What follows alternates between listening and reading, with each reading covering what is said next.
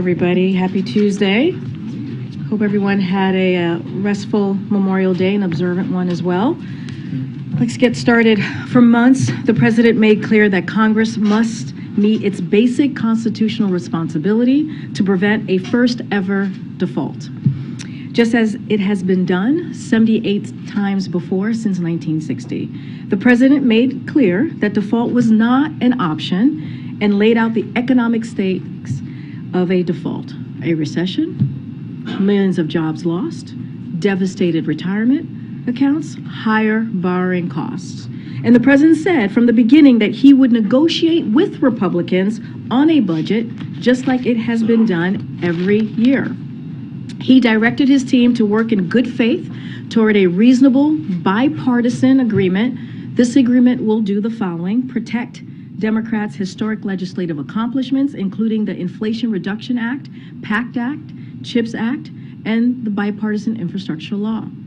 Protect the economic gains we've made: 12.7 million jobs and the lowest unemployment rate in 54 years. Ensure we have the same level investments in the middle class as we did in fiscal year 2023. Protect healthcare and not push people into poverty. Block devastating cuts to law enforcement, public safety, and education as well. Negotiations require give and take. No one gets everything that they want. That's how divided government works. But the president successfully protected core Democratic priorities and the historic economic progress that we have made over the last 2 years. Now, the House and the Senate, it's up to them. They must pass this bill so that the president can sign it into law, and so that we can continue to build on those very historic economic progress that I just listed out we've made under this president's leadership. And so over the past 2 years, as I have stated as well as you've heard us lay out as well before.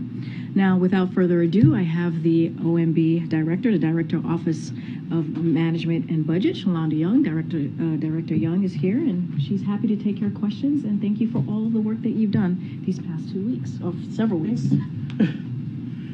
I will see my child again. And I do have a small confession to make. I'm also out of clean clothes after these last couple of weeks. So I think I ran into Annie Linsky with Wall Street Journal and Lauren Egan with Politico as they saw me trekking back to get some clothes to wear with you here today, because I don't have time to do laundry or take anything to the dry cleaner. So that's about how my last 2 weeks have gone.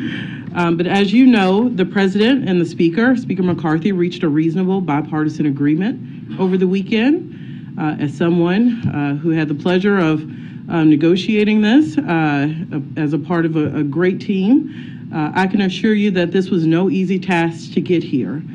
But what was on the line for the American people was real. I know I breathed a little easier. I called my parents, told them to breathe a little easier, that a deal had been reached, and that's what this was all about.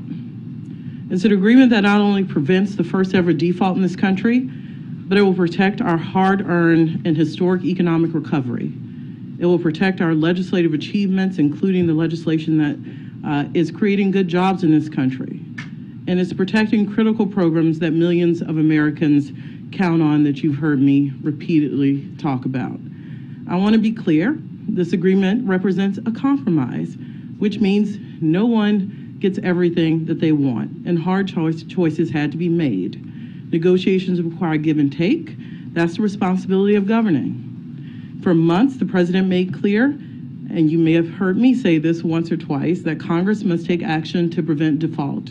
And from the beginning, he said he would negotiate Republican leadership on a budget framework, and that will allow the appropriations process to proceed under regular order, just like we do every year. The bipartisan budget agreement that we've reached protects key legislative accomplishments from the past 2 years, including the bipartisan infrastructure law, the CHIPS and Science Act, the PACT Act, and the Inflation Reduction Act's clean energy corporate minimum tax and prescription drug provisions. It protects programs millions of hardworking families count on. It protects Social Security, Medicare, Medicaid, the Affordable Care Act, safeguarding health insurance for millions of Americans. It fully funds veterans' medical care, including mandatory funding for the PACT Act's Toxic Exposure Fund at the levels the President proposed in his fiscal year 24 budget. And it protects critical public health funding from being clawed back to prepare for future pandemics and possible COVID-19 surges. This agreement is now with the United States House and then on to the Senate, and we strongly urge both chambers to pass the bill and send it to the President's desk. And with that, I'm all yours. Phil, who just came back from Beyonce from Paris. You did not. It was great. It was my wife's 40th birthday. It's not bad. I feel this right now.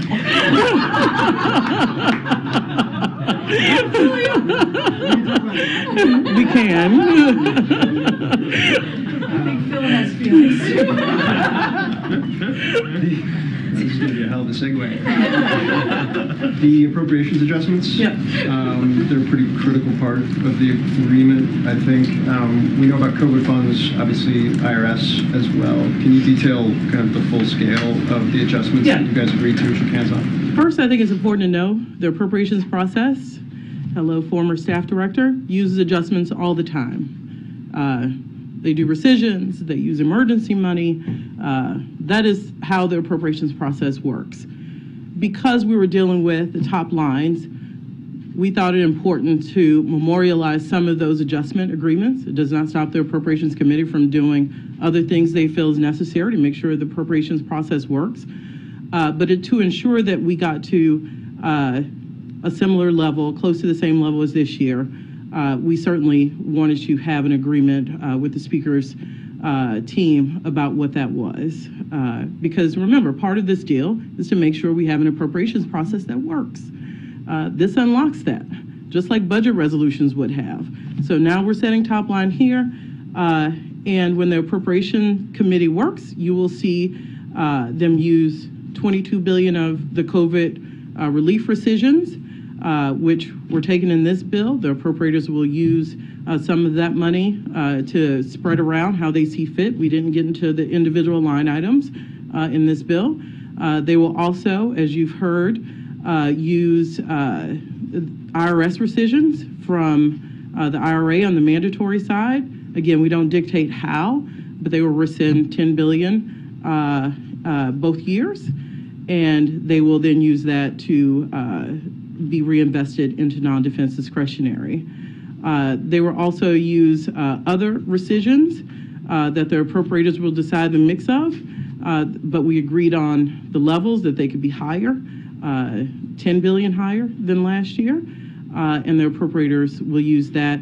And building on the emergencies used in December, the appropriators will use about $23 billion in emergencies for 24 and 25. Can I just ask real quick, do you have an understanding of how many votes Republicans will provide in the House to get this over the finish line? Remember, I moved over here. We're going to let the Speaker work with his conference. This is what I miss about the House, though. This is a fun day over there. Lots of meetings. I'm sure it's very interesting and has a lot of energy, but we're going to leave that to them to work out the votes and how they get there. We know we talk to them in good faith. They talk to us in good faith, but now it's their chance to talk to their members.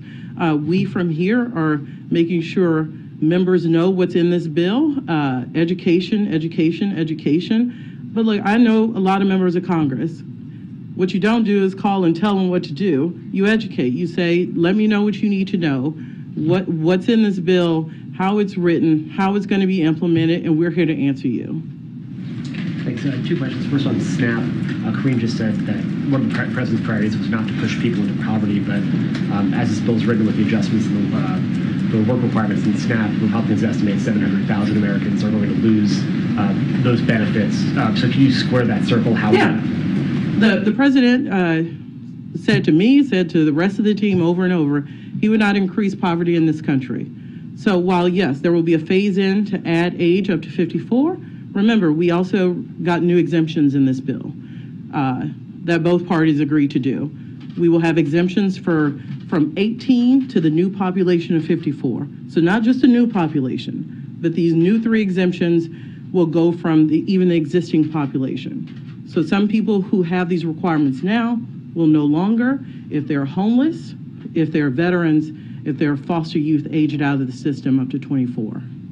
So the analysis is being finalized, but we believe those who are off of those requirements because of those exemptions will be about the same number as those who are phased in on age. And you have to remember this. This entire SNAP change is sunset in 2030 to give Congress a chance to see how the new exemptions work and how the new ages work. And they can opine in a future farm bill if these changes have made a difference in the SNAP program. Do you know how many individuals would go off the program right now, off government assistance right now, who are not eligible for those? So we think it's about the same number. I don't want to give you a number until that analysis by USDA is done, but the range is about what you said, but it's also the same range of people who will take advantage and who qualify for the new exemptions. So those numbers are going to be very close to each other, meaning a wash in those affected who go on and who are phased on over years, and those who come off of the requirements. Different topic real quick. Can you explain a little bit how the Mountain Valley pipeline made it into this bill? Was it at the White House's request? Obviously, it's been a Senator Manchin's priority here, but he wasn't in the negotiations. So how did it make the agreement? Well, I believe what you're talking about is part of the permitting piece. We all thought permitting would be a part of this package. We all have an interest to make sure these projects move faster. I talked about the bipartisan infrastructure law. One of the things we're focused on here is what can we do to get that money out faster to ensure that these projects really happen in an expedient manner. That's why we've been for permitting. And the project you talk about is part of the permitting piece that we knew would be in the final legislation. Thank you so much, Shalanda, for doing this. The chair of the Progressive Caucus says that it's really unfortunate that you are, expanding the work requirements for this particular age group. She says it's a terrible policy. I know that you've been working the phones, speaking to a number of members of, I assume, the Progressive Caucus, trying to convince them that this is good policy. Is she right about that this is bad policy? Look, I won't get into individual member opinions because I think I told Phil or someone else, my job is to tell members what's in the bill. You get into trouble when you try to tell members what their opinion is. Every member should have whatever opinion. Our job is to say, this is what's in the bill. This is how some of the worst things Republicans wanted were mitigated. And by the way, you heard me answer on SNAP. There's a very real possibility when we see the numbers that the number who are phased in, who have new requirements on SNAP, is offset by the number who will now be covered under the new exemptions. And then I heard what you're saying about Mountain Valley Pipeline and about permitting, but this is one project that takes up about 25 pages of a 99-page bill. Why was it so important to spend so much time on this one project? I think we've been clear about our position on permitting. We worked with senators to try to get permitting done last year. We will continue to get more permitting. This was a small piece. It was a start of a longer process that both parties know we have to do, especially to get clean energy projects going. And I don't think it's a surprise to anyone that permitting was a key part of a compromise piece that both parties know we got a little done here, but we'll need to get more done later. When you think big picture and you reflect on these talks, what lessons have you learned about how this speaker and this Congress negotiate, lessons that may be applicable going forward? One never looks the same as the other. I've done this a few times. They end different every time. They feel different every time. Going in and thinking there was a formula is the wrong thing to do. Different people in the room this time. I'm used to being in a room with appropriators and a little leadership. So it's just always different, and you got to be flexible. The most important thing is to know what they have to have. You have to be clear about what you have to have. I want to know their value statements, and they need to know mine, and we have to find a middle ground. They shouldn't have to compromise their values, and neither should we. That is a bipartisan compromise. I know what's a reach. I may try it, but I know what's a reach. They try with me to see maybe if I'm asleep or not, but at the end of the day, we both have to find a way to protect each other's core principles, like not increasing people going into poverty in this country. And that's how you get to a bill a day. And first and foremost, I've said this, I think, in this room, I have always thought the majority of members, Democrats and Republicans, did not want to take us even to the brink of default. I think this bill shows that that assessment was correct, and we have to keep our eye on the prize that passing this bill, getting it to the president, avoids the catastrophic thing that would hurt millions of Americans. And there's a reason world leaders were worried about this. This would have impacted the global economy. Thank you, Karine. Director Young, you talked a little bit about the calls that you've been making and that other members of the administration have been making to members of your own party. What is the mood or the tenor on some of those calls, and where realistically is the whip count among Democrats right now? Remember, I worked there a long time, so the mood and tenor, I tend to get patched in with people's children so I can say hello to people I haven't seen in a long time. So it is a catch-up time for me, and these are friends of mine, and I play it straight with them, and they play it straight with me. And I have a long relationship with a lot of people, and that means I'm honest with them, and they're honest back with me. And again, this is education. I play it straight with folks. They will make their own determination, and it's incumbent upon us to make sure they know every single detail in those 99 pages. Leader Jeffries said that Republicans had pledged 150 votes. Is that still the case, and can Democrats provide 70? I'll let them figure that part out. All I know is when you enter into good faith negotiations, you don't negotiate to see a bill posted. You negotiate to make sure it gets to the president's desk, and we'll fulfill our part when it gets to the president's desk. How concerned, Director Young, is the White House right now about the growing Republican opposition that threatens the compromise on the table from a procedural standpoint in the next couple of hours? Look, this is not, the House is not very different from when I was there. You have to have some faith in the governing majority, which I do, because I have a lot of respect for members on both sides of the aisle, to do what's best for the American people, and that is not some Pollyannish thing. I know them, and I've always thought we could get here if we let the extreme go away. Like a lot of the things in the Republican bill just were non-starters. I get it, but we just could not do that, and they know that. But at the end of the day, more people than not knew that threatening default, would have been bad for America.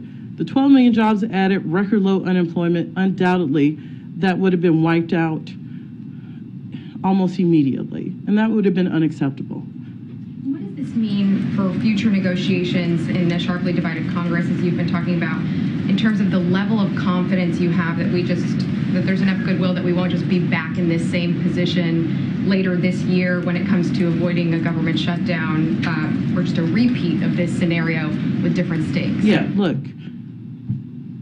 I think I've been honest with you. I have always, during this process, worried about the 3 months from now. And I represented that.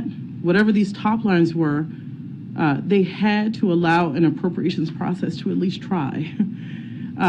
We couldn't do things that were so draconian that we knew we'd be back here. I love them. Those are some of my old offices I got to sit in, but I also like seeing my child. And we don't have to do these things where we make the American people very nervous, even though we know we're going to get there. So one of the goals here was like, let's try not to do this again. Let's set up a top line regime that allows the appropriators a fighting chance, because it's hard even in unified government to get all 12 bills done. And I think we reached the sweet spot in this agreement to give the appropriators the tools they need to get started, get that appropriations process unlocked, and have a fighting chance to get bills done by October 1st. Is there a mechanism for increasing defense spending if that is deemed necessary? They would have to change any of these numbers in the caps. You would have to go amend this bill. So if you spend, the idea of caps is if you spend more than them, they're sequestered. to change defense or non-defense, one would have to change this law. There's been some suggestion that the X date might move around in the final week. A Republican member said he'd heard it could move to June 8th. He knows more than I do. He knows more than I do then, because I don't have that indication. In terms of Ukraine funding, do you expect this bipartisan deal to have any impact on the administration's ability to get more funding for Ukraine? I do not. In the months, we've said. I do not. Thank you.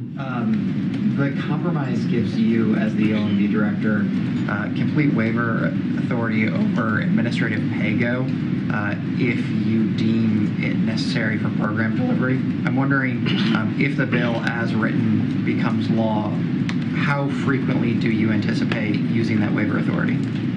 Look, it's impossible to know the frequency, but I do know we negotiated all of this in good faith. We will follow the processes laid out in the law on pay-go. And if that waiver is deemed necessary to make sure President Biden's agenda is carried forward, we're going to use that authority. But we will have a process to follow the law as it's written. Thank you. Thanks. Can you explain to student loan borrowers who might be confused about what's been agreed to here, how the Supreme Court decision may implicate that, and explain the President's continued commitment to forgiveness now? Yeah, thank you. Because I want to be clear, because as someone who owed a lot of money once upon a time in her life, people need certainty here. There are the court cases, which this bill does not deal with, so that continues to be where it is. Supreme Court will opine on the President's action to forgive $10,000 in student debt and $20,000 for those with Pell Grants. But in this bill, even though House Republicans' bill sought to do away with that, we saved it in this bill. So there's nothing on that in this bill. We also protected the income-driven repayment rule, which if anyone has had student loans knows it did not work as intended.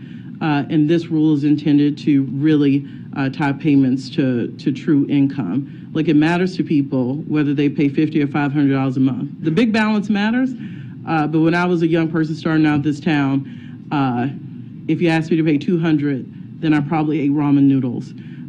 If it was $50, maybe I could go out a little.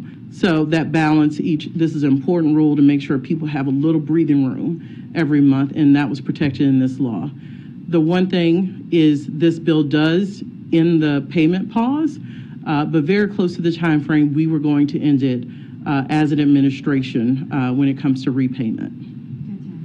Yeah, you talked about this as a compromise. I'm wondering if you could talk about what you lost on. Look, when the American people win and we avoid default and retirement accounts are not in flux and the global economy is not crashing, I'm going to call that a win every day.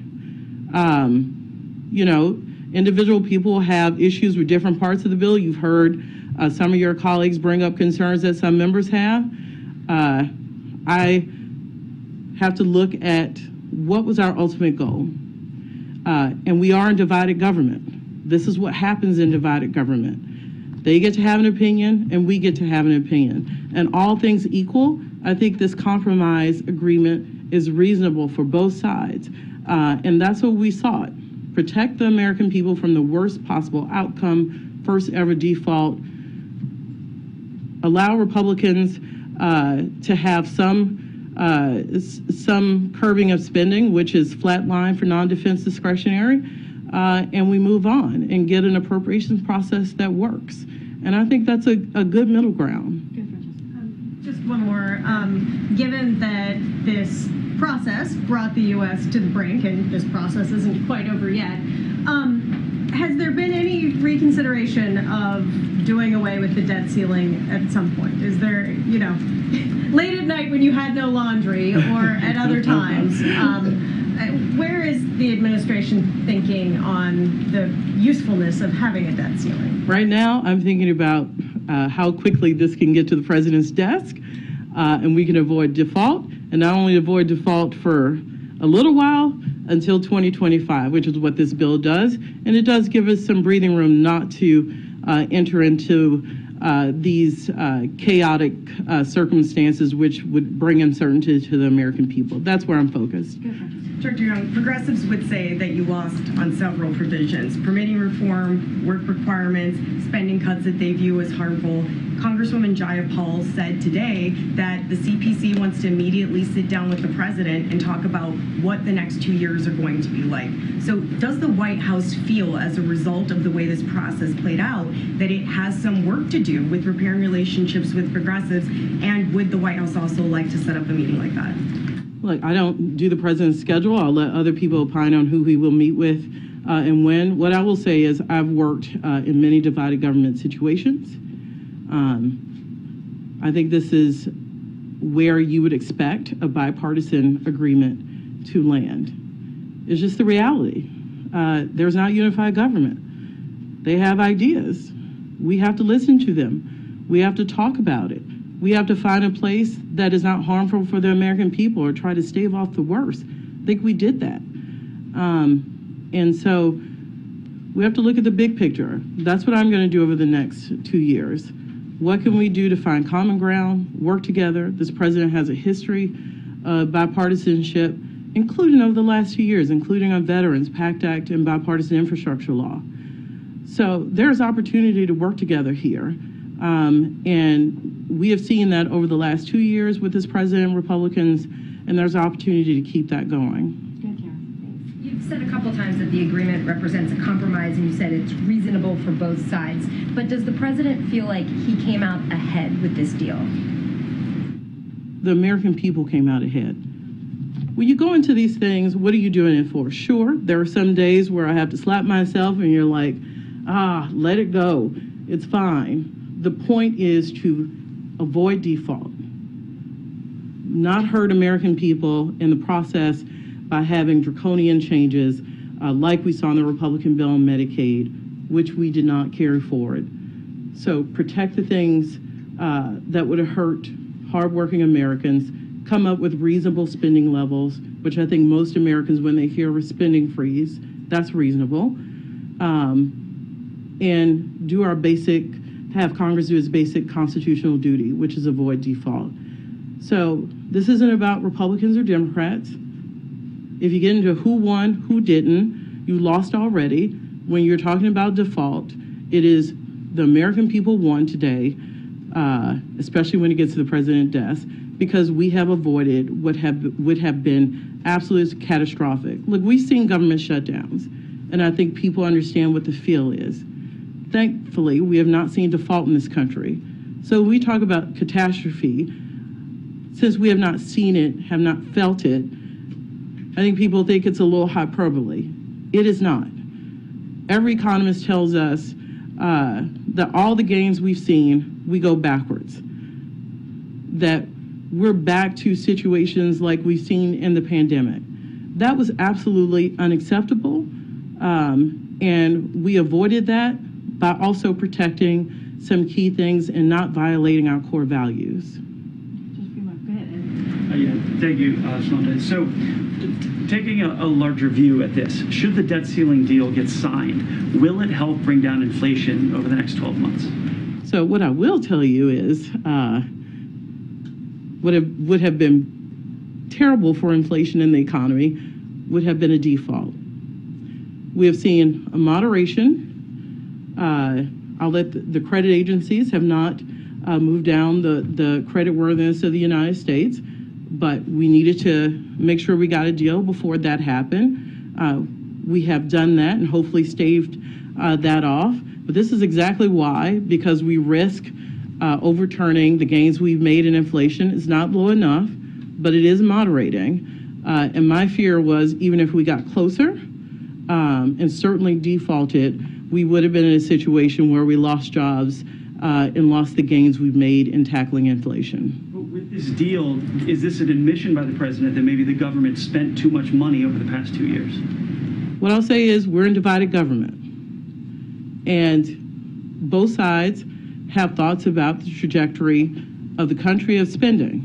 This president takes a backseat to nobody on deficit reduction. 1.7 trillion reduction in the first 2 years. He presided over that. His budget put forth a plan to reduce the deficit by $3 trillion more. He also made the case over and over in this conversation that if you really want to do big deficit reduction, where's the revenue? Where are the high income earners putting more skin in the game? But this is one part. We're not going to give up on our revenue proposals. So while this will change the trajectory of spending, when you see the CBO, when we all see the CBO report, when it comes out,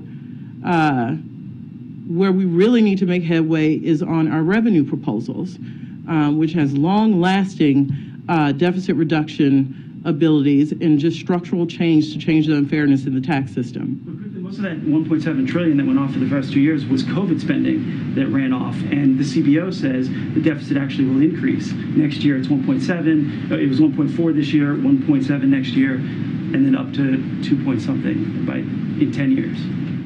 Well, that assumes this president did not preside over getting COVID under control, that it was an accident, that he managed a vaccine program that was highly successful. Had we not done that, what additional measures would we have needed to ensure that more Americans did not die needlessly from the COVID pandemic? So I get the argument. You didn't need COVID spending anymore, so you shouldn't take credit for deficit reduction. Well, he got it under control. He used the tools Congress gave him in the American Rescue Plan to get this virus under control and stave off the worst of economic scarring. The rebound we have seen since COVID is not comparable to anything, including the economic recession we saw when he was vice president. So this is not by accident. This president managed COVID, he managed the economic fallout, and that's why you've seen 12.4 million jobs added. Thank you very much, Karine. Director, I have two questions, one about this current set of negotiations, and then a separate question, if you'd indulge me, on the president's broader budget priorities. It seems to me in the context of these negotiations that the White House has been clinging to a fiction, which is that this deal only was negotiated on the basis of the federal discretionary spending, and that the president, who promised all along that he would never negotiate on the debt ceiling, didn't do so in these negotiations. That's false, right? The president and his team, you included, did negotiate on the actual debt ceiling itself and not just the federal discretionary spending, correct? If you're asking me what was said in a room, I'll be very clear. The debt ceiling was what did I say earlier? I don't like to use the word red line, but the debt ceiling had to be taken care of for a long period of time. I'm not sure what you call negotiation, but it was certainly a declarative statement from this side of the table. So maybe you call that negotiating. I call that a statement of fact and a statement we weren't leaving the room with. So I'm not quite sure I would call that negotiating. The debt ceiling had to be lifted, and it had to be lifted for a long period of time. You see this bill lift the debt ceiling until 2025. You can call it a negotiation. I call it a declarative statement, and that was our position, and that's what's in the bill. On broader budget priorities, the president likes to say, we've heard Karine say many times, show me your budget, and that will show me your priorities. No one is more conversant with this president's budgeting priorities than you. Based on the budgets he's put together so far as president, would it be accurate to say that President Biden has been governing from the center, or would it be more accurate to say, as Republicans would, that he's been governing from the far left? The president does his own politics. I'm his O&B director. What I will say is that his budgets absolutely show who he values. And it is working families in this country, it is the middle class in this country. This is a president who has put out a tax fairness system in all of his budgets. This isn't a new thing. This is the third budget this president has put out. The third time he has said the tax system in this country is not fair, and he means it. That's why you've seen billionaire minimum tax proposals. That's why you've seen him call for the corporate minimum rate to go up to 28.6%. It is not fair to ask working families in this country to bear the brunt. And by the way, that's not real deficit reduction. We have to have a fair tax system in this country. This president has put forth 3 budgets that have been very clear about his priorities there. And again, we're not going to give up on those. We're going to keep pushing on those. Last question. Thank you. I was curious, we've heard a lot from Republican negotiators about the tone of this process. I was curious what your takeaway was on the tone of the conversations and where you felt like the toughest sticking points were. And when you walk away from this, is there anything you haven't gotten done that's going to be the next highest priority for you? Look, it was professional. You had people who've done this a long time in the room, certainly with the great team I had to work with. This is a full administration push to make sure this happened. We knew the risk of default if we did not find an agreement here. So it was a very respectful and professional working relationship between us and the speaker's team he had negotiating. You've heard clearly this was a small permitting piece, but we've got to do more on transmission when it comes to the permitting space.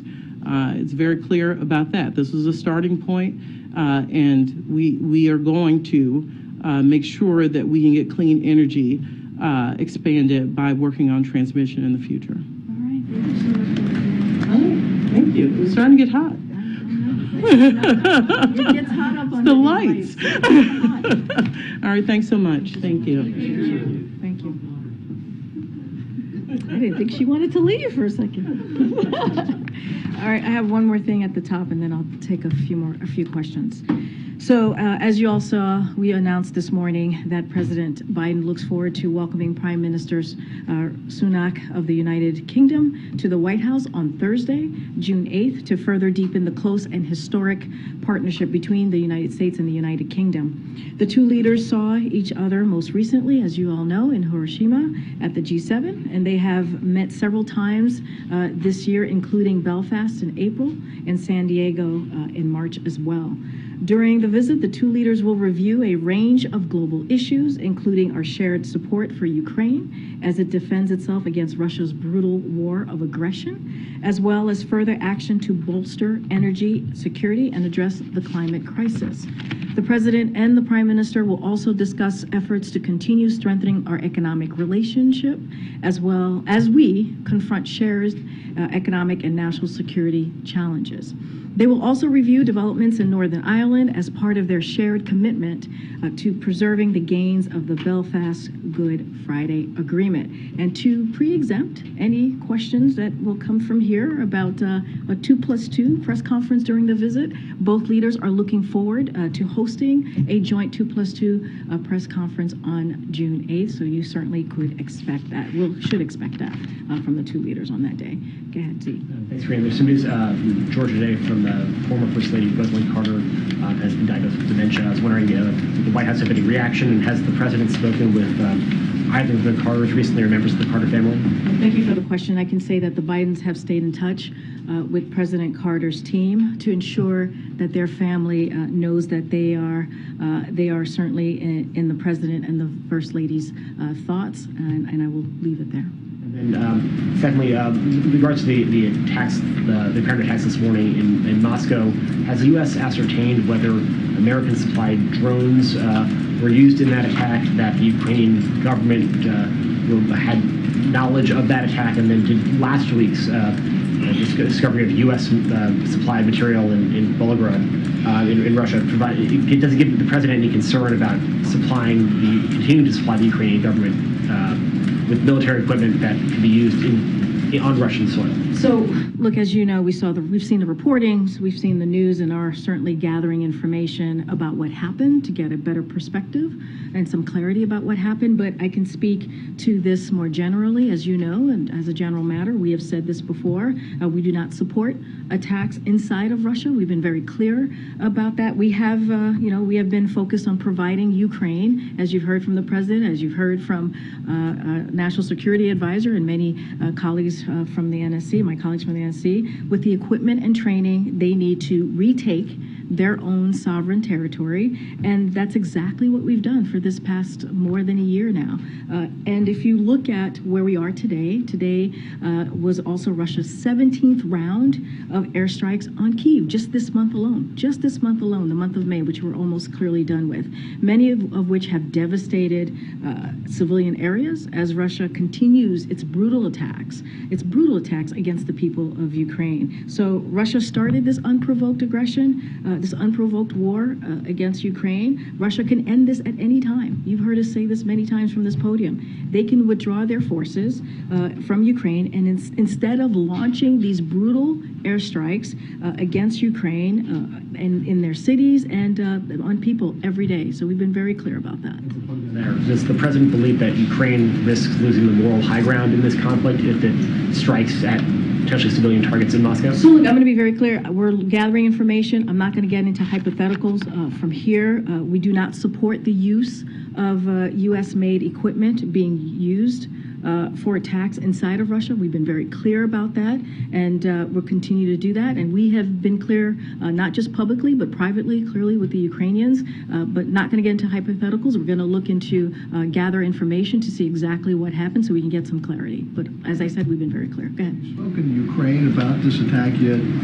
I don't have any calls to preview at this time on any specific conversations that have been had by this administration to Ukrainians. All I can tell you is we've been gathering information about exactly what happened. Separately, what happened with Defense Secretary Austin's plans to meet with his Chinese counterpart in Singapore?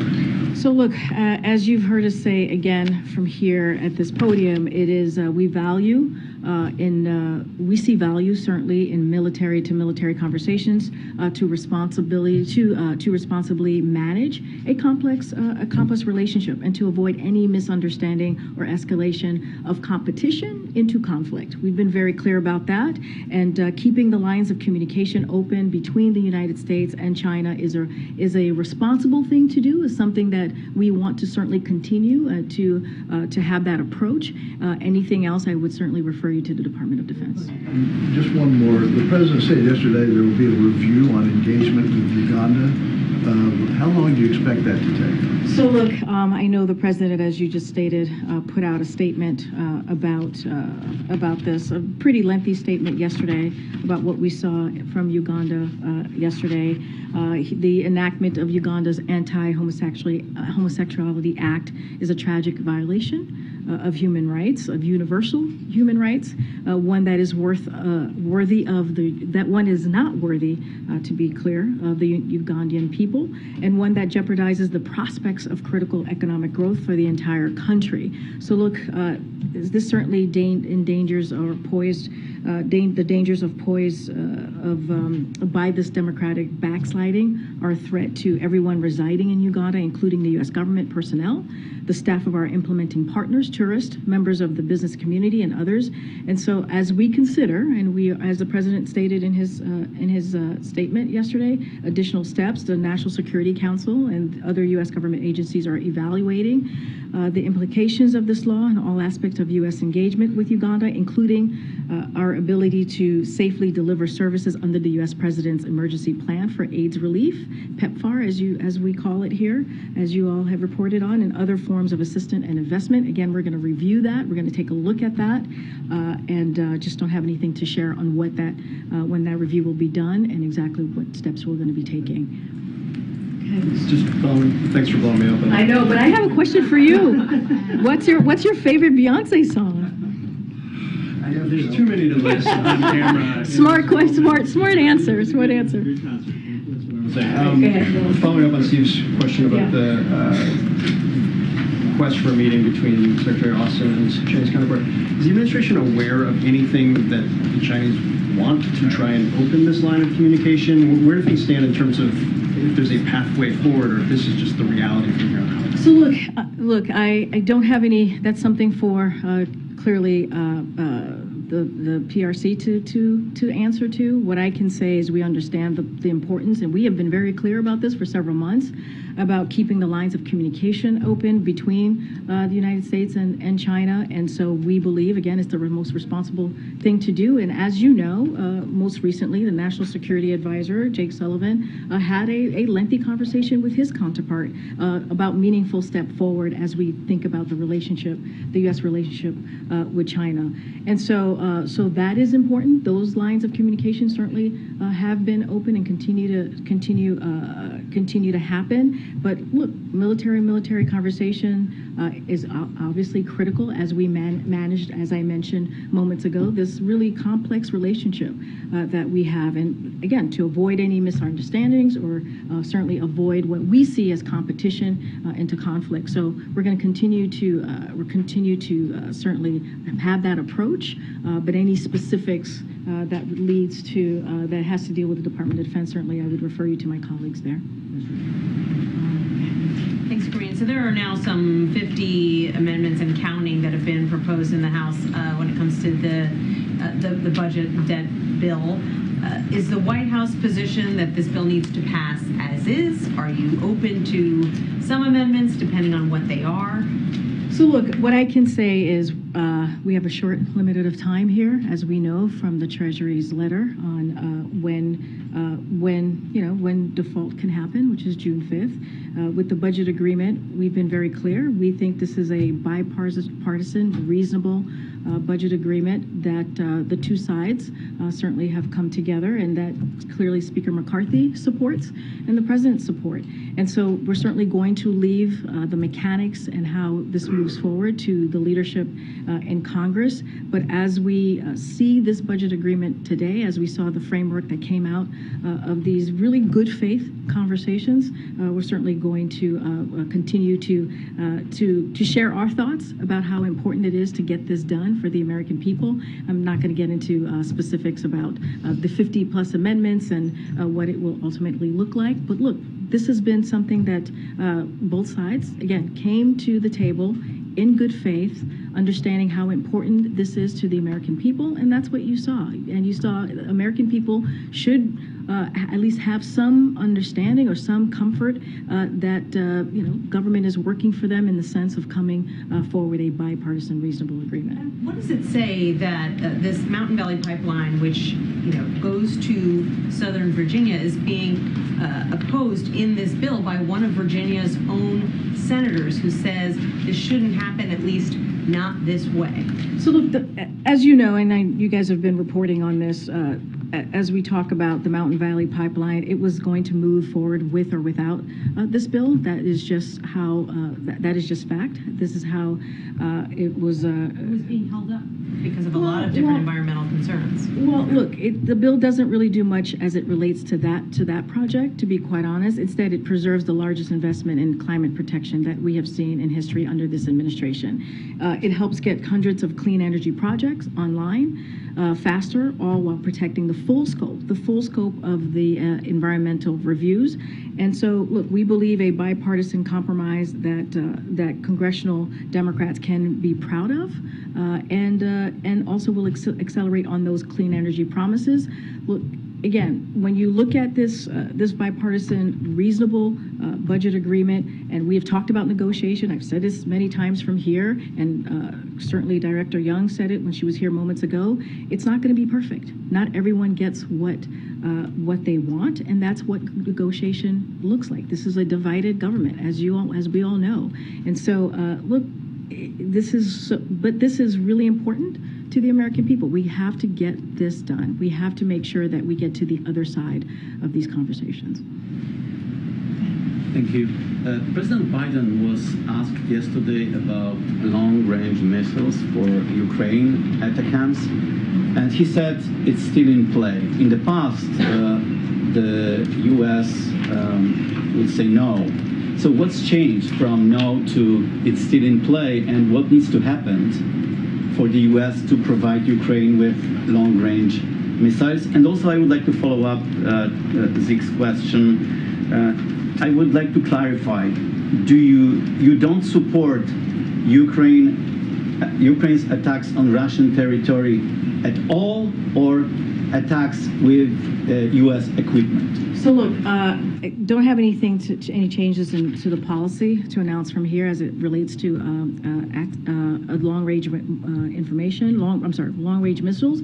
Look, as it relates to the drone attacks that we saw in Moscow, we've been very clear. We're going to gather information and see exactly what happened. So just want to be very clear about that.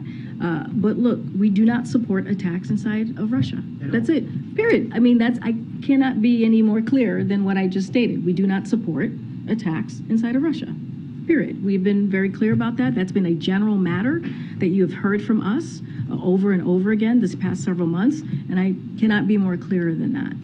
President said it's still in play when asked about long-range. What I can tell you right now is I don't have any changes to our policy to share with you at this time. Go ahead. Thanks. I have a NATO question and then an Afghanistan-Iran question. Starting with NATO, when the Danish Prime Minister visits on Monday, is the President going to speak to her about maybe being an interlocutor and working with Turkey on getting Sweden into NATO?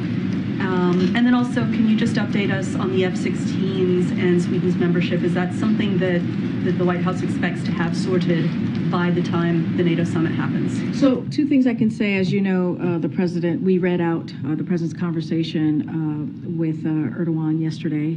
They had a clearly conversation. But in that dialogue, the President did express his strong desire for Turkey to approve Sweden application to join NATO, which we would like to happen as soon as possible. So that he did bring that up in that conversation. I'm not going to get ahead of what is going to be on the agenda, what's going to come out of the Denmark visit that's going to happen a week from this past Monday. Look, when it comes to any conditions as it relates to F-16s, the sales of F-16s to Turkey, and as with them approving Sweden's bid to join NATO, look, that is not a condition. President Biden long been clear that he supports selling F-16s. You've heard that from this podium to Turkey, which would help facilitate NATO interoperability. So, look, Congress has an important role in providing arms sales, and so I would leave the rest to Congress. But the President has been very clear on where he stands on that. On Iran and Afghanistan, there have been some border clashes over the weekend over, I think, water rights. What's the White House's reaction, and do you have any leverage over either of these parties to get this violence to stop? So, look, we've been clear about how we see the conflict there. I don't have anything else to provide on what's currently occurring there, and so I'll just leave it there for now. Go ahead, Monica. Can you just let us know a little bit more about the President's engagement on all this, calls that he has made? He talked about reaching out to Leader McConnell yesterday. Is he also making calls to other Republicans, besides, of course, his conversations with Speaker McCarthy on this? And what should we expect in terms of his level of outreach today and tomorrow ahead of an expected possible vote tomorrow night? So a couple of things. I do have some items to share here. Look, the President has been engaging with members of Congress throughout this process, as you all know, and he'll continue to do so. And so the President and his team are having conversation with Democratic members of Congress across the ideological spectrum, moderate and progressives. That includes more than 100 one-on-one calls with members of Congress. That's between the President and his team. In the past 24 hours or so, our senior team made individual calls to all House Democratic leadership, all committee ranking members, and all tri-caucus and ideological caucus chairs as well. So we have hosted numerous separate briefings on the entire bill for the House and Senate Democrats, as well as 6 issue-specific briefings for House Democrats on energy policy, appropriations, TANF, and SNAP.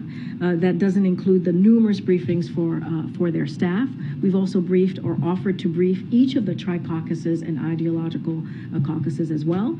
In addition, our policy experts have had numerous conversations with members of their staffs to answer specific questions about the bill that members have had. And so again, we've been in constant contact with leadership from both parties in the House and the Senate to provide information, as Director Young was stating, is that their job is to provide information on the facts and what they know and how we can make sure that they have all of the details that they need.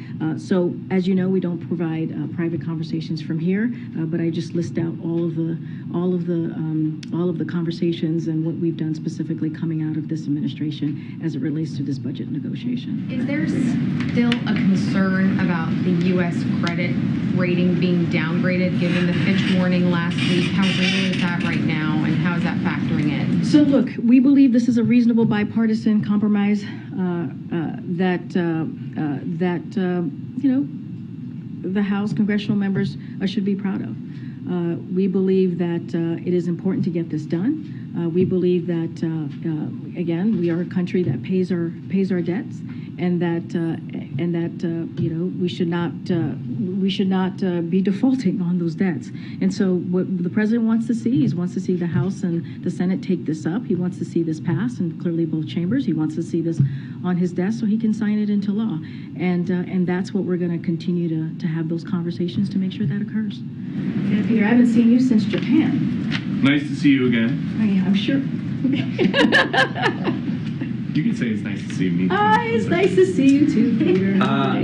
It's been more than a month since the re-election announcement. Is President Biden going to hold a campaign event ever? So I will say this to you, Peter. As you know, we follow the rule of law here. We believe in following the rule of law as it relates. Hold on. As it relates. You to weigh in on the impact of the election, just his schedule. You'll have to schedule around rallies. I'm about to answer your question here. As it relates to anything that is connected to the campaign, any rallies, any events, any endorsement, anything that is connected to the 2024 re-election, that is not going to certainly come from here. That is going to come from his campaign or the DNC or the DNC. So you can't say if he will be campaigning for re-election. I'm just not going to comment from here. And then on 2024 re-election. Another story. The Hatch Act does exist. A group of experts now say that AI poses an extinction risk, right up there with nuclear war and a pandemic. Does President Biden agree? What I can say, you're speaking to the letter that was provided today, made public. And so, look, the president and the vice president has been very clear on this as it relates to AI. It is one of the most powerful technologies, right, that we see currently in our time. But in order to seize the opportunities it presents, we must first mitigate its risk, and that's what we're focusing on here in this administration. As you know, the AI, we brought some CEOs here recently that the president and the vice president hosted to the White House to reiterate their responsibility for these specific companies, have to ensure that products are safe before they are released to the public. And so I will leave it there. I know there's a letter that went out today from Elon Musk and CEOs. I will let the public read that letter, but again, we have been very clear on that, how companies need to be responsible as it relates to AI. It's been months. Great. Thanks, Karine. Following up on the question about Erdogan and President Biden's call, yesterday the president said that when it refers to Sweden's membership in NATO, we're going to talk about it next week. Do they have another call scheduled? Do you know what that refers to? No, I don't have a call to read out to you at this time. Okay, and then Florida Governor Ron DeSantis. But let me just say, as I just stated, the president did bring that up in their conversation. Sure. Florida Governor Ron DeSantis said late last week that he would take an aggressive approach to issuing pardons to January 6 rioters if elected to higher office. Given the recent sentencings of members of the Oath Keepers, including 18 years in prison for leader Stuart Rhodes, who DOJ called the architect of the plan to storm the Capitol, do you have any comment on that proposed use of clemency? So look, I'm going to be very, very careful because he is a candidate in the 2024 presidential election. So going to be really mindful to not respond directly to the governor in this case. But we've been very clear. We've been very clear. This president has been very clear as it relates to January 6th. It was one of the darkest days in our democracy, and we need to get to the bottom of what happened. As we know, there were law enforcement officers that were injured, that were harmed, and what we saw was devastating. on that day. It was devastating. So we need to get to the bottom of this, but I'm certainly not going to respond directly to a 2024 presidential candidate. Yeah, okay. Thank you so much. So Elon Musk is in China today, meeting with the foreign minister, announcing new investments. In November last year, the president said that Elon Musk's relationship with foreign countries are, and I quote him, worth looking at. So is the administration looking at Elon Musk's relationship with China, and what conclusions does it I draw? just don't have anything to add or go beyond what the president said. Okay? Thanks, everybody. I'll see you tomorrow. Thank you.